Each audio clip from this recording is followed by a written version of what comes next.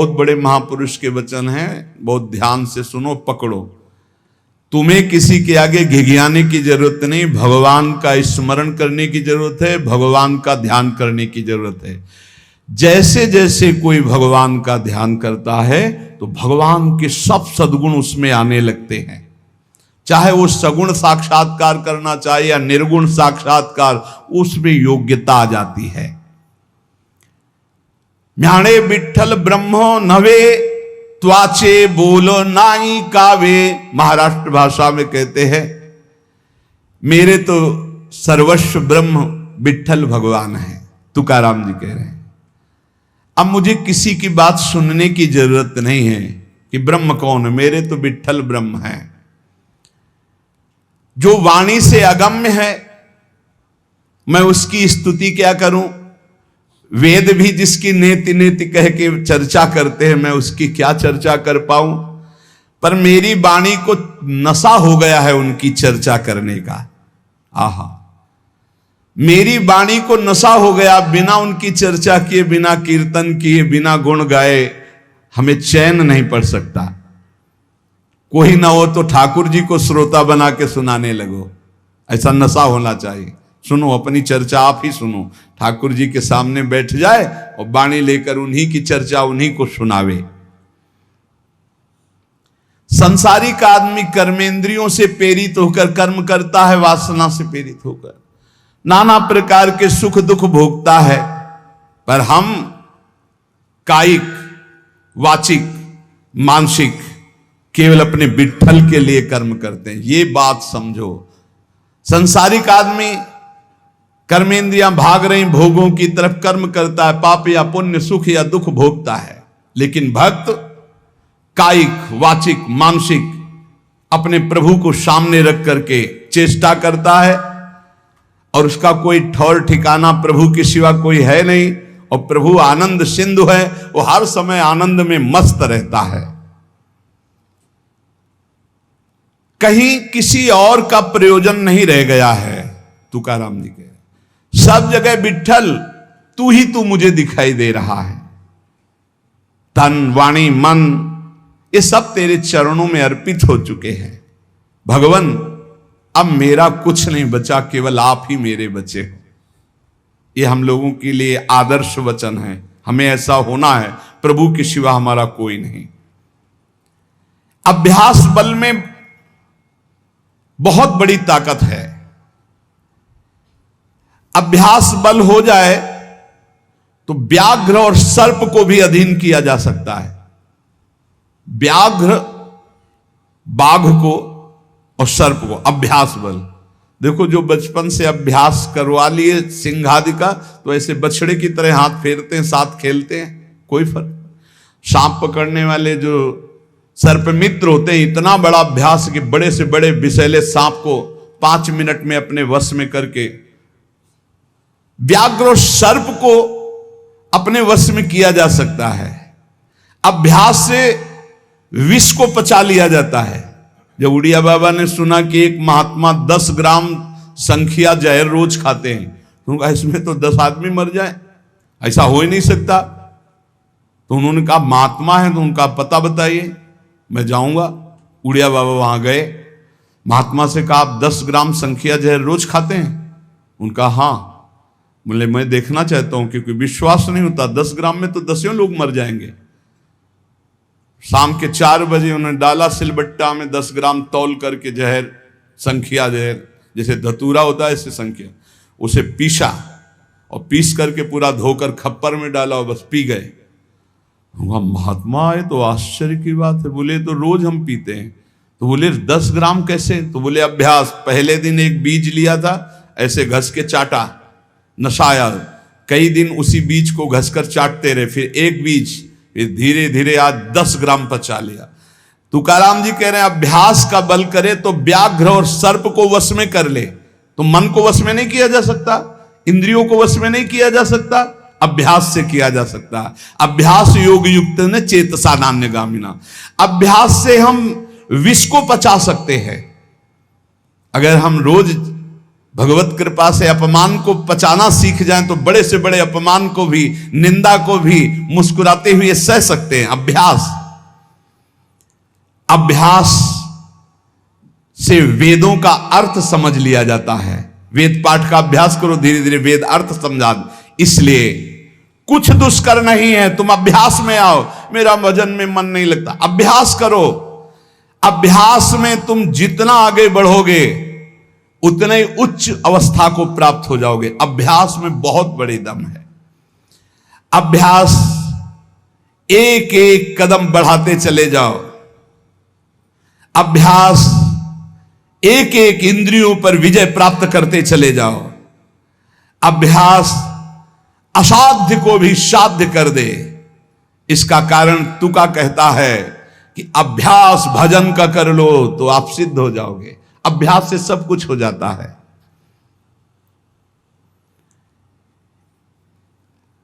संत जब घर आते हैं तभी दशहरा और दिवाली माननी चाहिए, जो भगवत प्रेमी महात्मा है। बहुत बड़ा प्रभाव है, इसीलिए उस प्रभाव का दुरुपयोग असाधु जन कर बैठते हैं। मूर्तमान परम पवित्रता और तीर्थ चलकर आज आ रहा है, ऐसा अनुभव होता है जब संत आते हैं। आज ही दिवाली दशहरा श्री साधु संत आले घरा, तुकाराम जी कह, आज ही हमारी दिवाली और दशहरा हो गया, क्योंकि भगवत प्रेमी महात्मा हमारे घर पधारे या भगवत प्रेमी महात्मा का सानिध्य मिला। साधु संत एति घरा तोची दिवाली दशहरा। हमारे लिए उत्सव है जब भगवत नाम जापक भगवत प्रेमी महात्मा आए, उनका चरणोदक लिया, उनकी वंदना की और बैठ करके उनसे हम भगवत चर्चा की।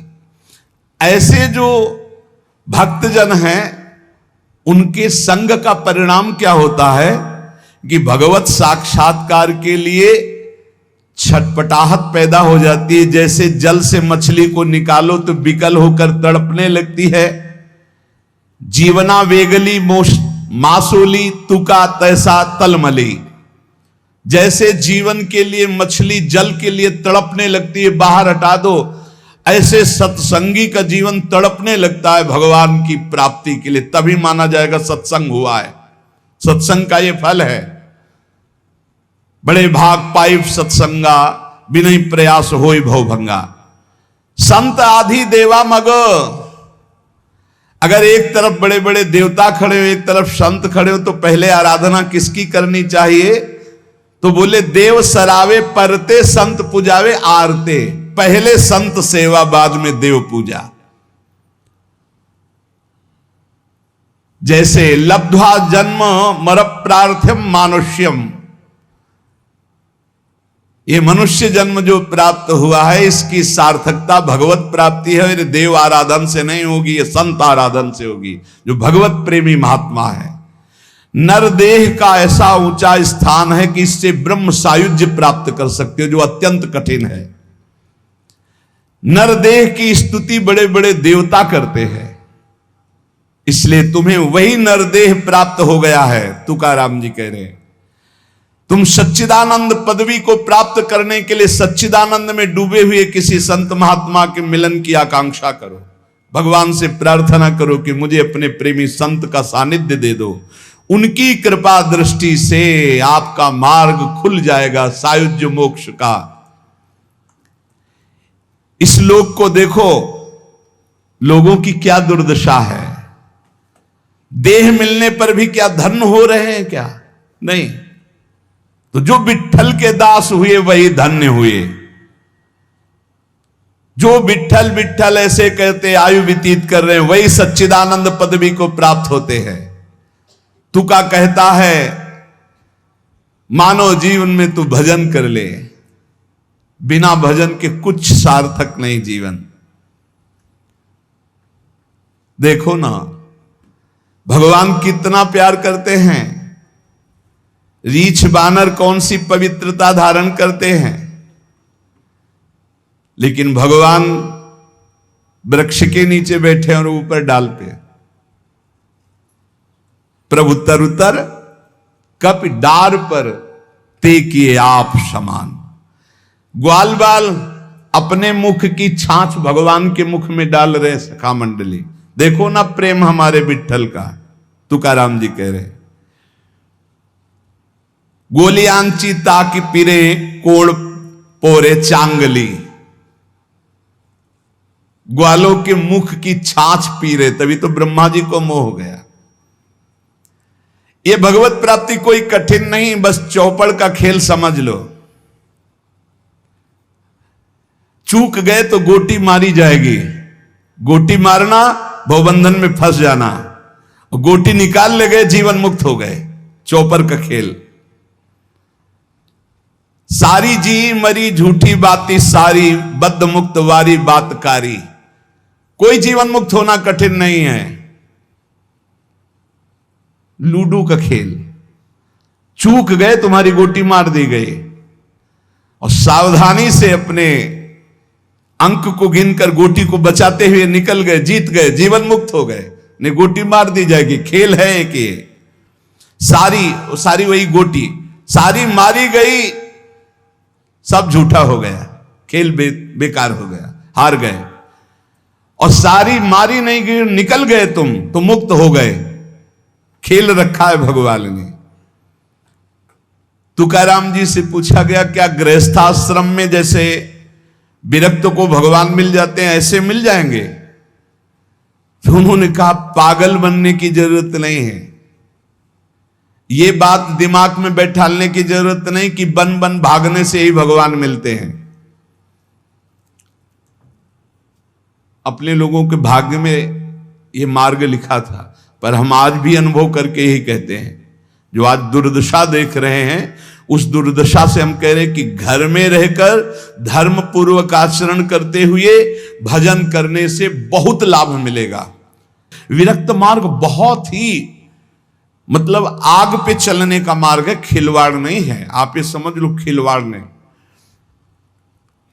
सफीपुर एक गंगा किनारे स्थान है, तो वयोवृद्ध महात्मा सन्यासी रहते थे। तो उनके घर के कुछ लोग गुड़ और ये सामग्री लेके गए, तो उनका गंगा जी में डाल दो या किसी और को दे देना। नहीं, मुझे आपका एक भी अन्न का टुकड़ा नहीं, मैं विरक्त हूं, आपका सेवन नहीं कर सकता। और आप यहां से कुछ एक भी टुकड़ा लेने की सोचना मत। आप ऐसे खरे स्वभाव वाले संतों को देखा कि अपने विरक्त मार्ग के पंथ के जो नियम हैं वो बड़े कट्टर भाव से निर्वाह करने वाले।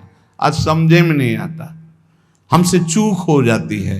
तो जो हमें विरक्त मार्ग से चलकर लाभ मिलना था वो नहीं मिल पाता। श्री तुकाराम जी कह रहे हैं, वन में यदि भगवान होते तो हिरण को भगवान मिल जाते। तुकाराम जी की वाणी है। खरगोश को मिल जाते, बाघ को मिल जाते, ये सब भगवत प्राप्त हो जाते। और अगर तुम्हें ये भ्रम हो कि एकांत में आसन लगाकर ध्यान लगाने से भगवान की प्राप्ति हो जाती, तो बगुला बहुत एकांत में जल में खड़ा होकर एक टांग केवल ध्यान लगाता है, लेकिन मछली का भगवान का नहीं, तो उसका उद्धार हो गया क्या?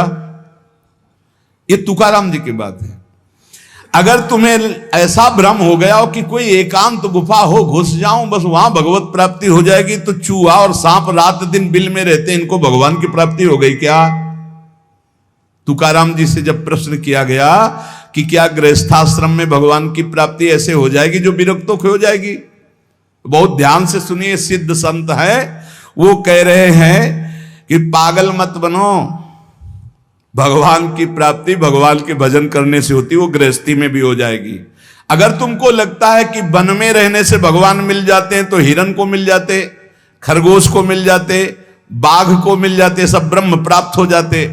अगर तुमको लगता है कि एकांत में ध्यान लगाने से मिल जाते, तो बगुला जल में खड़ा होकर एक टांग केवल ध्यान लगाता है, लेकिन मछली आई गट्ट से खाया फिर शांत खड़ा है, बगुला को नहीं मिला। फिर कहते हैं कि एकांत गुफा में घुसने से भगवान मिल जाते, तो चूहा और सांप बिलई में रहते हैं रात दिन, उनको भगवान मिल जाते।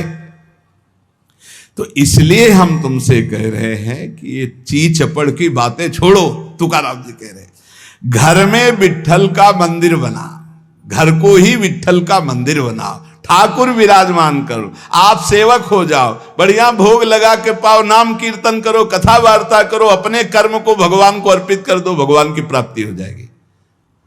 बहुत सहज है गृहस्थ में भगवत प्राप्ति करना।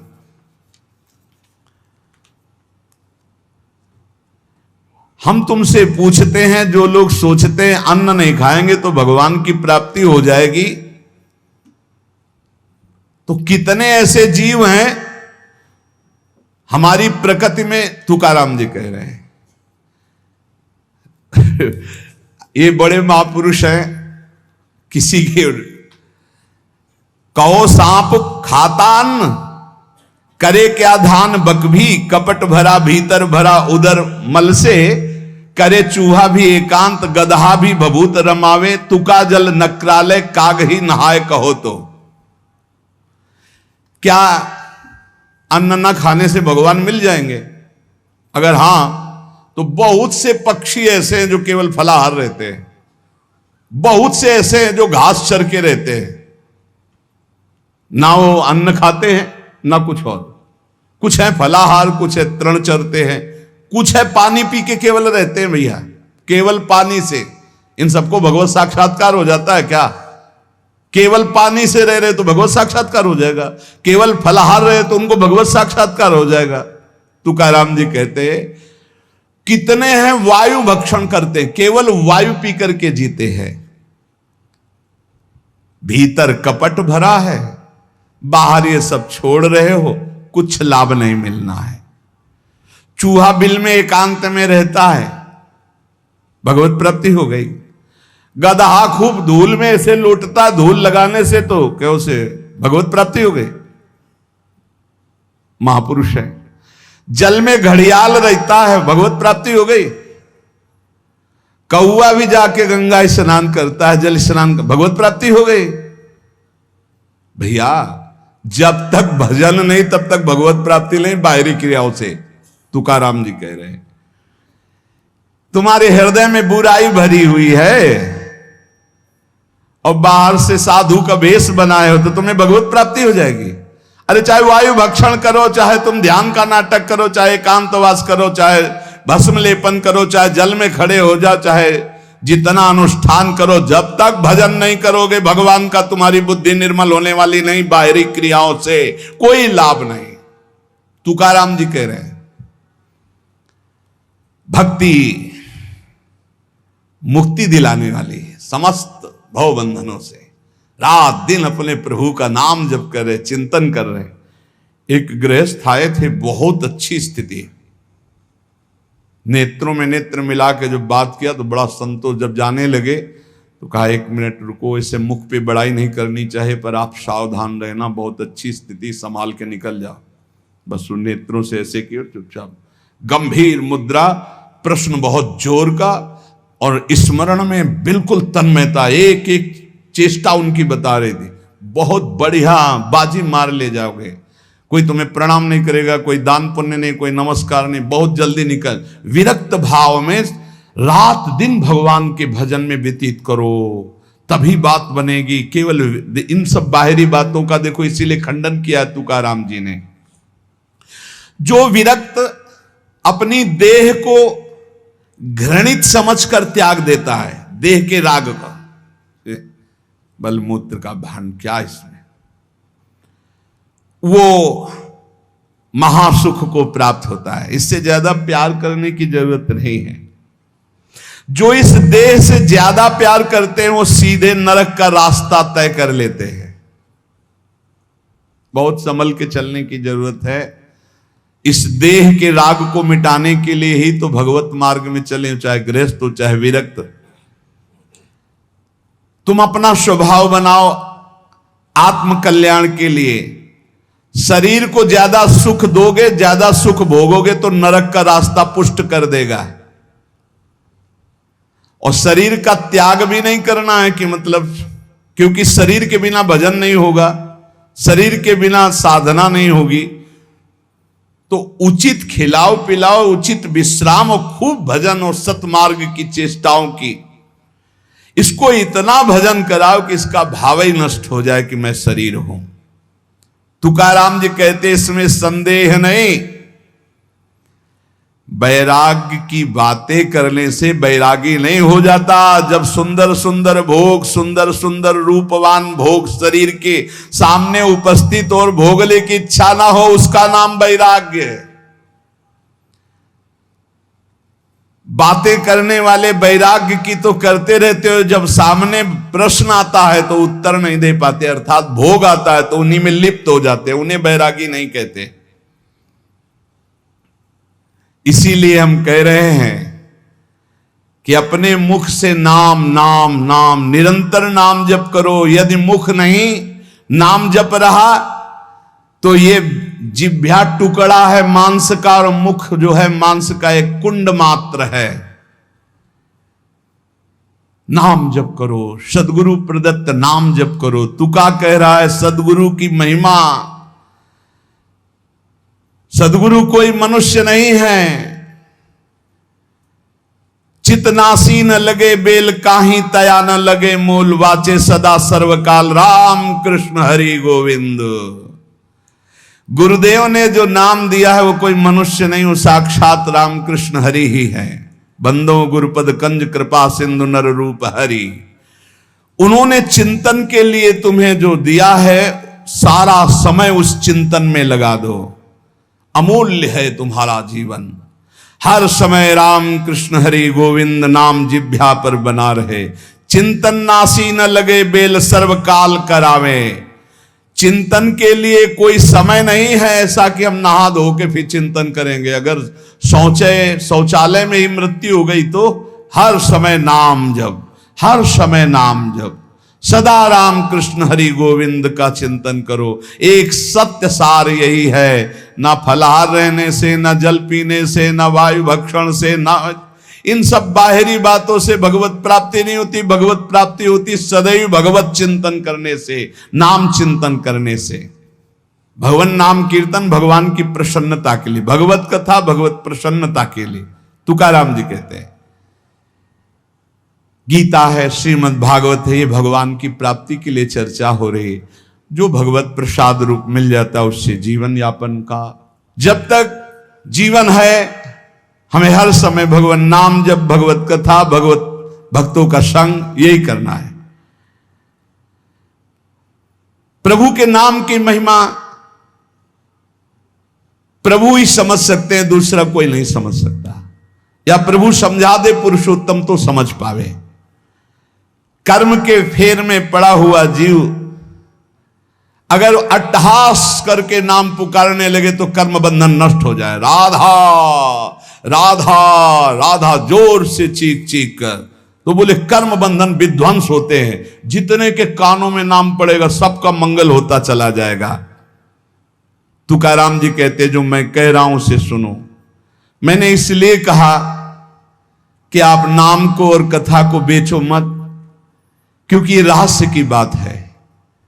इससे श्री कृष्ण अधीन हो जाते हैं। विठोबा का नाम, विठोबा की कथा विठोबा को अधीन कर लेते हैं। महापुरुषों के वचन समझने हैं। जैसे सत स्त्री के अधीन उसका पति हो जाता है, उसके आचरण, उसका व्यवहार अपने पति को अधीन कर ले, ऐसे सद्भक्त भगवान को अधीन कर लेते हैं। यहां तुकाराम जी भगवान की अधीनता की